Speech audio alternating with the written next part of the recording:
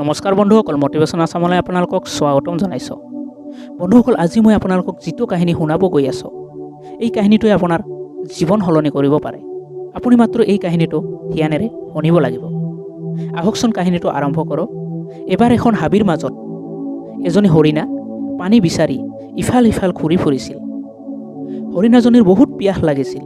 বহুত সময়ৰ পৰা অনাই বনাই ঘূৰি ফুৰিছিল, কিন্তু তাই ক'তো পানী বিচাৰি পোৱা নাছিল। আৰু অলপ সময় ইফাল সিফাল ঘূৰি ফুৰাৰ পিছত হৰিণাজনী এজোপা গছৰ তলত জিৰণি লয়। তাৰ পিছত হৰিণাজনী ক'ৰবাৰ পৰা পানীৰ শব্দ শুনা পাব ধৰে।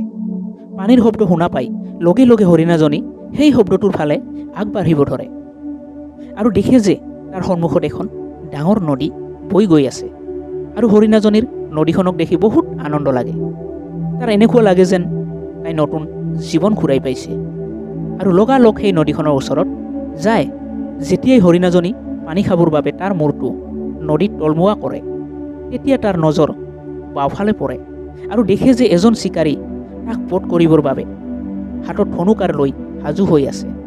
আৰু যেতিয়াই হৰিণাজনীৰ নজৰ সোঁফালে পৰে, দেখে যে এটা বাঘ। এতিয়া হৰিণাজনী সকলো পাহৰি যায়। তাইৰ পানী পিয়াহ নোহোৱা হৈ যায়। তাৰপিছত হৰিণাজনী তাইৰ পিছৰ ফালে ঘূৰি চায় আৰু দেখে যে তাৰ পিছফালে ভয়ংকৰ জুই লাগি আছে। সেই জুই লাহে লাহে তাইৰ ফালে আগবাঢ়ি আহি আছে। এতিয়া হৰিণাজনী যাওঁ বুলিনো ক'ত যায়? বাওঁফালে তাৰ চিকাৰী ধনুলৈ সাজু আৰু সোঁফালে তাইক খাবলৈ বাঘ। আৰু সন্মুখত আছে ডাঙৰ নদী আৰু পিছত ভয়ংকৰ জুই লাগি আছে। হৰিণাজনীৰ চাৰিওফালৰ ৰাস্তা বন্ধ হৈ পৰিছে। চাৰিওদিশে মাথো বিপদ। এতিয়া হৰিণাজনী বহুত চিন্তাত পৰি যায়। তাৰপিছত হৰিণাজনী ভাবে যে মোৰ চাৰিওফালে সমস্যা। মই মোৰ নিজৰ কাম কৰি মৰি যোৱাটোৱে ভাল হ'ব। মইতো এনেও মৰিবই লাগিব। তেনেহ'লে মই পানী খায়ে মৰি যোৱাটো ভাল হ'ব। তাৰপিছত হৰিণাজনী পানী খাব আৰম্ভ কৰে। তাৰ অলপ সময় পিছতে আকাশত ক'লা ডাৱৰে আৱৰি ধৰে আৰু সেই ডাৱৰৰ পৰা বৰষুণ হ'ব ধৰে। যিটো জুই তাৰ পিছফালে লাগি আছিল, বৰষুণৰ পানীৰে সেই জুই নুমুৱাই দিয়ে।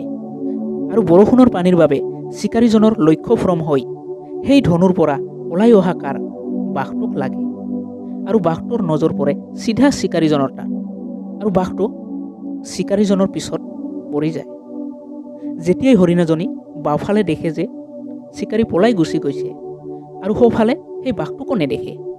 আৰু যেতিয়া পিছলৈ ঘূৰি চায়, দেখে যে জুই নুমি গৈছে। বন্ধুসকল, এই কাহিনীটোৰ পৰা আমি এইটোৱে জ্ঞান পাব পাৰোঁ যে মানুহৰ জীৱনত যেতিয়া সমস্যা আহে আৰু চাৰিও দিশৰ পৰা আহে, যাৰ বাবে প্ৰত্যেক ব্যক্তি বহুত ভয় খায়, ভাগৰি যায়, তেতিয়া আপুনি কি কৰিব? যেতিয়া আপোনাৰ জীৱনত এনেকুৱা সমস্যা আহি পৰে, আপুনি কেতিয়াও ভয় নাখাব। ভয়ত ভাগৰি নপৰিব। মাত্ৰ শান্তিপূৰ্ণভাৱে 2 মিনিটৰ বাবে ভাবিব। হৰিণাজনীৰো বহুত অপশ্যন আছিলে। হৰিণাজনীও তাইৰ গোটেই সমস্যা দেখাৰ পিছত হয়তো পানীত জাপ মাৰিব পাৰিলেহেঁতেন বা ইফাল সিফাল ওলাব চেষ্টা কৰিব পাৰিলেহেঁতেন, কিন্তু তাই শান্তিপূৰ্ণভাৱে চিন্তা কৰিছে। হৰিণাজনী তাইৰ কামত লাগি আছিল। তাই পানী খাব আহিছিল আৰু পানী খাব ধৰিলে। মানুহেও তেওঁৰ ছাকচেছৰ পৰা অলপ দূৰত থাকে, কিন্তু তেওঁ বহুত সমস্যা দেখিবলৈ আৰম্ভ কৰে। ঘৰৰ প্ৰব্লেম, টকা পইচাৰ প্ৰব্লেম, যাৰ বাবে তেওঁ একো কৰিব নোৱাৰে।